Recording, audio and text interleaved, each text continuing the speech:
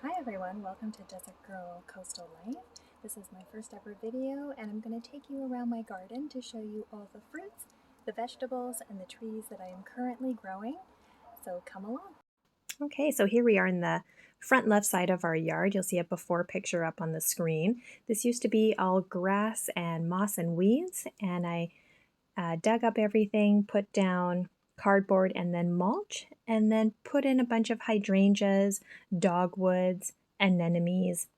On this side, there's actually a cyclamen, some heucheras by proven winners called the toffee tart. And behind it, we've got some perennial grasses surrounding a hydrangea that's kind of now dried up.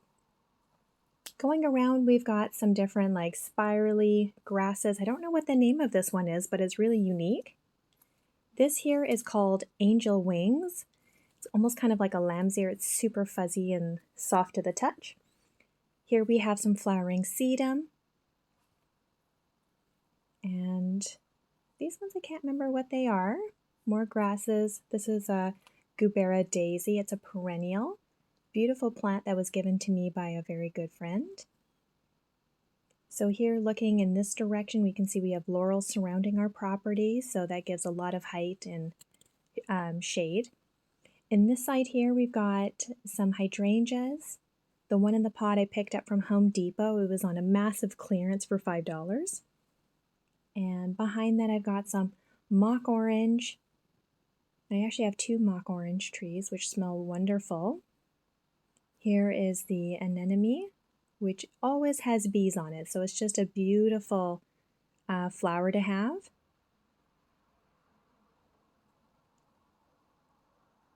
So in that pot, I've got to plant a couple more things. Here I've got a beautiful, I think it's called a dogwood.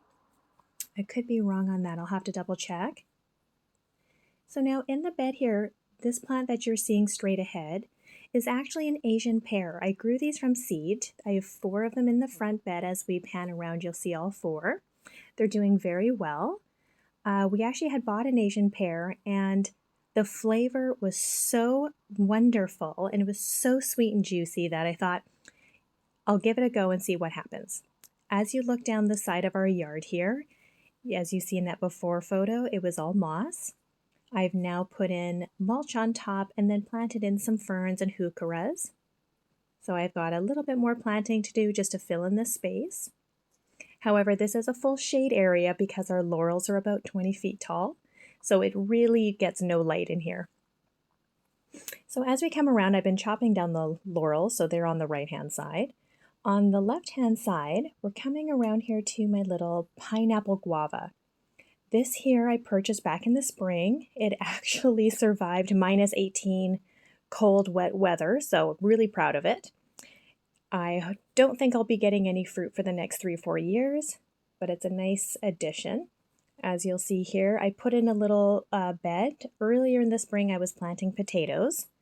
Now in here, everything from carrots, kohlrabi, turnips, kale, onions, everything is in this bed for fall harvest. Down here, you'll actually see Mexican feather grass. I call this my citrus alley because that tall tree there is a yuzu. As we pan around, you'll see I've got behind this metal gate, I've got a Nawari mandarin. This guy I just picked up this spring as well. It's probably doubled in size, and I had to put this little gate up so that I could hang fabric over top as we had some pretty hot weather, and I wanted to protect it from the sun. These I actually planted from seed. Can't remember the name of it right off the bat. This over here, again, we're going to get a close-up shot of this yuzu citrus. I believe it's a kind of like a mix of like lemon and mandarin. It's got a beautiful, unique flavor. And it's already this year put on about 15 little citrus. So I'm anticipating that by end of November, December, we'll get to try it. I also have a kumquat in there. This here is sage. I was growing it in my garden. However, it was taking over too much, so I cut it out and planted it in here, and it's doing really well. So as we pan to our left, you'll see a long row here. This is celery. I have both green and red stalk celery. This is the first I've ever grown it. I don't think I gave it enough water, and I don't think it was in the right position for it to be as successful, so I'll try some new things next year. I have some ever-bearing strawberries, which have been really sweet and wonderful. On my trellis system here, I tried out borlotti beans for the first time. Don't think they liked their location, so I'll have to rethink that for next year. This one here is actually a little mini white pumpkin. I picked up a mini white pumpkin from a little farmer last year, saved the seeds, grew them, and they're just looking so sweet and cute. So amongst all these other plants, there's peppers, there's tomatoes, every type of tomato from San Marzanos to cherry tomatoes. I've got Sweet Million, Juliet's, old German variety, and then I've got this heirloom from the Okanagan. I don't know what it is. I had just tried a really sweet tomato, saved the seeds, and I've been planting it ever since. Now, this one here is the San Marzano, and these are the Sweet Millions. Really enjoyed eating those this year and excited for those ones to also ripen up. So on this side, I interplanted between my tomato rows, I put in marigolds. So these ones actually just came up. Took a surprisingly long time, but I love that pop of color it gives. And then as we pan around, you'll see these little black tomatoes. They're called Indigo Rose. These have turned into one of our favorite tomatoes just because of how striking they are against the green foliage. And underneath there's a little bit of green, and as that turns orangey red, that's when they're ripe and really sweet. We also tried growing tomatillos this year.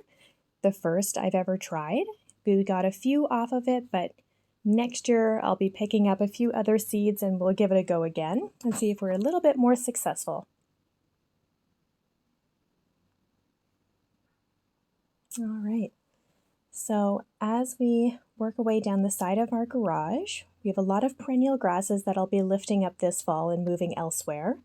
This here is actually 2 persimmon trees that I'll have to plant this fall. The first one here is actually a Fuyu variety called Jiro. And this one that we're looking at next is called Seijo. This is a astringent variety. So what that means is you have to leave it ripen to a jelly-like consistency. Otherwise, it'll feel like you have dry mouth if you were to eat it too early. Now, down here, you can just see at the bottom center, that's wasabi. So this is, again, the first year I'll be growing that. Hopefully I'll be successful one year and be able to harvest the roots and have wasabi. Now, as we go down here on the other side of our garage, we've got some, I think it's called Rebecca. Really beautiful plants, some echinaceas. This is a hydrangea. And then in here is actually my first ever apple tree. This is called Delcorf. I don't know anything about this variety except to say that I understand the flavor of it has a slight hint of aniseed. So that should be really interesting, as I love the taste of licorice anyway, so this should be right up my alley. Now, down here again, in between these 2 hydrangeas, is I have a jujube. Now, this little plant is really unique, and we don't often ever see it being grown here. It actually is a widely used fruit. It looks like a little miniature version of an apple, and you can eat it dry or fresh off the tree. And I'll do a more detailed video on that. This here that you're looking at is my frost peach. This was just purchased in June. And this over here, we got a few other little flowering plants. What you're looking at here is lemongrass. So again, this I purchased back in the summertime. It's done really well, and I still don't know when to harvest it, but if anyone has any notes, please place down below. Over here, you'll see the back end of our yard where it's still in progress. I'm still having to rip up some of the ground and prepare it for planting. This one here is a mango pawpaw. If you don't know or have heard of pawpaws before, they're native to North America. These trees produce beautiful fruits that have a tropical flavor, similar to mango banana custard, would be kind of the consistency. Now, this is my second pawpaw. This one here, they require 2 different varieties for pollination. When they do flower, I will most likely also have to hand pollinate. This one, as you can see, is called Sunflower. And as we pan over, you'll see another before shot pop up.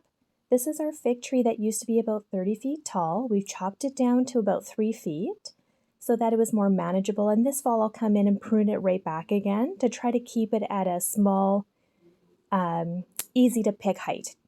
This is actually a purple variety that was growing in my in-laws' home. So we took a cutting and rooted it. And so we'll see how that one tastes next year. Here's another section of my figs. They're green. This here is a 20th century Asian pear. This one I picked up at Garden Works. I'm hoping that next year I'll get a really good flush of fruit coming on. I'm excited to start harvesting that in the next year or two. And here just kind of shows you the variety.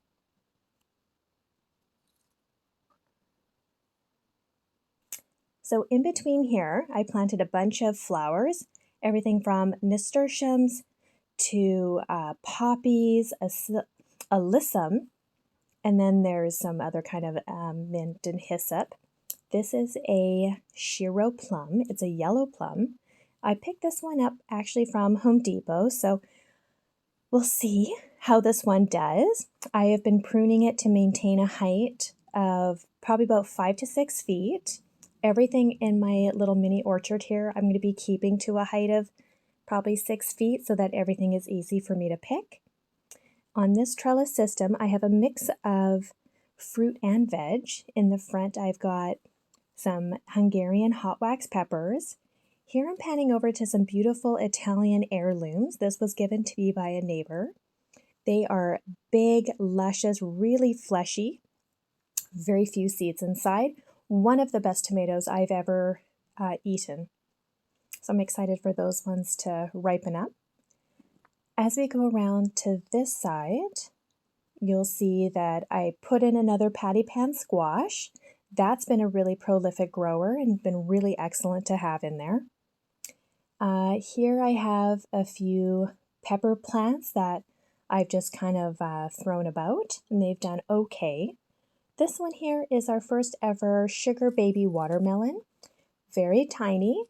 I don't know if it'll come to full size, but fingers are crossed that we'll get to eat one. Here is our spaghetti squash and butternut squash.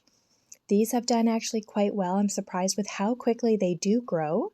So I think by the time October rolls around, maybe we'll be able to harvest some of those. As we look around here, in between this trellis system, in the middle, I planted a bunch of Hannah yams. So I started these back in February from a yam. It produced slips that I then rooted and put into the ground. So harvesting time, I'm probably looking at about October, November, and we'll see what comes up. Here you'll see I have a little cantaloupe growing. That I don't know if we'll actually grow that one to full size. It's a little too late in the season at this point. Here you'll see my berry cage, which we'll visit shortly. So around here, I actually, again, just from Home Depot, picked up a European pear variety. This is called Clapp's Favorite. This one, I am just waiting for some other things to be harvested, and then I'll get that planted into the ground. Down this fence line, which is 40 feet long, I actually have rosemary here in the corner, but I've planted 7 seedlings of pear and apple variety. This is actually a jujube again. This one is called Autumn Beauty. The one on the other side was called Cocoa. So these two will have very different flavor profiles, and hopefully next year we'll get to try them out. Here is another Hannah yam slip I put in. This is actually a D'Anjou pear seed, so we'll see what happens with those. Another patty pan, some more beans, and then we have some more Hannah yam slips in here. This here is from an ambrosia apple, another seedling. I think I've got about 4 of those on the way down the fence line. So these are planted every 3.5 feet. They're going to be kept no higher than 5 feet. And we'll see what kind of varieties they produce, if anything. Here we have kale collards. These have been really excellent to have in stir fries. I really love growing those. And here again, this is another pear variety I've got to get planted. And then as we move over here, this is yet another pear, and then we have an apple. So again with these, if we don't like the taste of the fruit or if it doesn't fruit, I will get scions and graft on other apple varieties onto these so that they will eventually produce fruit that we enjoy. So as we look around, we have a nice little seating area that we utilize in the summer. Over here, I have peonies and lavender living together, and they do very well. On this side, I had a bed of leeks, which will get pulled out, and I'll be popping lettuce in there for winter harvest. In here, I just had some lavender, cabbage, kale. That was basil. I had some rogue tomato seeds come up, so we'll just see if we get any little tomatoes off of them this year. And then this will be planted up for fall as well. This is some yellow cauliflower, which didn't do that well, but I've kept them in here just to see if anything happens. It's been a bit of a test garden this year as I've been landscaping at the same time. Hopefully next year it'll be a little bit more tailored. Now in here we're walking into our berry cage. We use this to keep out raccoons, hopefully birds and other little rodents. What you're currently looking at here is called a Chilean guava. This is a special little berry bush. I believe it was Queen Victoria's favorite fruit. I haven't been able to try it yet. I think I'll be able to harvest it in October. But these little berries taste very similar to either strawberry vanilla, or I've been heard that they taste like cotton candy. As you can see, they're very small berries, so in another month, I'll do an update video and hopefully be able to describe exactly what they do taste like. In between all of my berries, I have basil growing. And this here is a haskap and or called honeybush. These ones actually produce earlier in the year, very similar to a blueberry, just more elongated in shape. And this one here is called Blue Moon. And I have two different varieties. The one we're coming to next, I believe, is called Blue Velvet. So again, because this was only their first year, they did not produce as much, but I am anticipating next year will be a good harvest. All right, so this one here, I have 4 blueberry bushes. This one is called Raz Blueberry, as I believe it has the slight hint of raspberry. And then here we have blackberry. So this has been in a pot because I didn't know where to plant it out, but they're very big, thornless, beautiful blackberries that are extremely sweet. So I eventually do want to find a good space for those. Here we're looking at, I believe this is Duke, and I have 2 Duke variety blueberries. These 2 were newer into the berry cage, so I didn't get too many off of them. This is a gooseberry. I can't remember the variety, but this also was just planted. So it has not produced any fruit as of yet. This again is another Duke. And then the one we're coming to next produced prolifically this year. It had beautiful big blueberries. So this one has been my star plant as of this year, and I'm hoping the rest of them will catch up next year. This one here is called Blue Crop. So if you want a good one for your yard, that's a high bush, that's a great variety. Now, down here beside it is actually a raspberry. I have 2 raspberry bushes. These are called raspberry shortcake. They only grow 3 feet by 3 feet, so they're the perfect size, and they're also thornless. So if you would like to enjoy some raspberries in your yard, I highly recommend those. They can also be grown in a pot. Okay, so as we move into this area of our yard, again, you'll see the peonies and my lavenders growing in here. This is another jujube. It didn't do as well this year, so I planted it here where it's drier. It gets more heat, and we'll see what happens. I will be transplanting this fall into this area. One of my cocoa jujubes and my autumn beauty will go here. So this will end up being kind of more of like a Mediterranean garden. It gets the most sunlight and it has the best draining soil, so hopefully they'll do a little better here. This is actually a rogue tomato. Again, a seedling dropped or a seed dropped and up sprang this tomato, so I let it grow and do its thing, and so we'll see what we get. This is another Asian pear from seed, so I have to find another location to grow that. This is a bay laurel, so I use this in my cooking. Once it gets a little bigger, I'll be able to cut, dry, and then store them and use for my soups. In here, you'll see a little before shot pop up on the screen. We have done a lot in the last year and a half to take it from basically nothing but weeds and grass to now a usable space. So as we pan over, we're going to take another look at this yuzu. Very proud of this tree. I'm excited to try these citrus out and see what fun and exciting recipes I can make this fall/winter.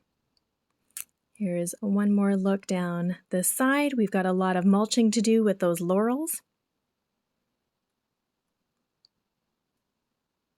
Got some more mint in there. These are peonies that had a beautiful show this year. Another bay laurel. This here is mojito mint. Really nice in drinks or just in your water. This is a beautiful echinacea. This one just went wild this year and put on a beautiful show. Now in here I'm actually growing a bunch of fruit from seed. As you can see, I've got nectarine, hasn't popped up yet. 2 apricots are there. Bing cherries, donut peaches, plum cot. I don't know what will happen with that. And of course a yellow plum. And then over here we've got some more mint. I have a Japanese maple.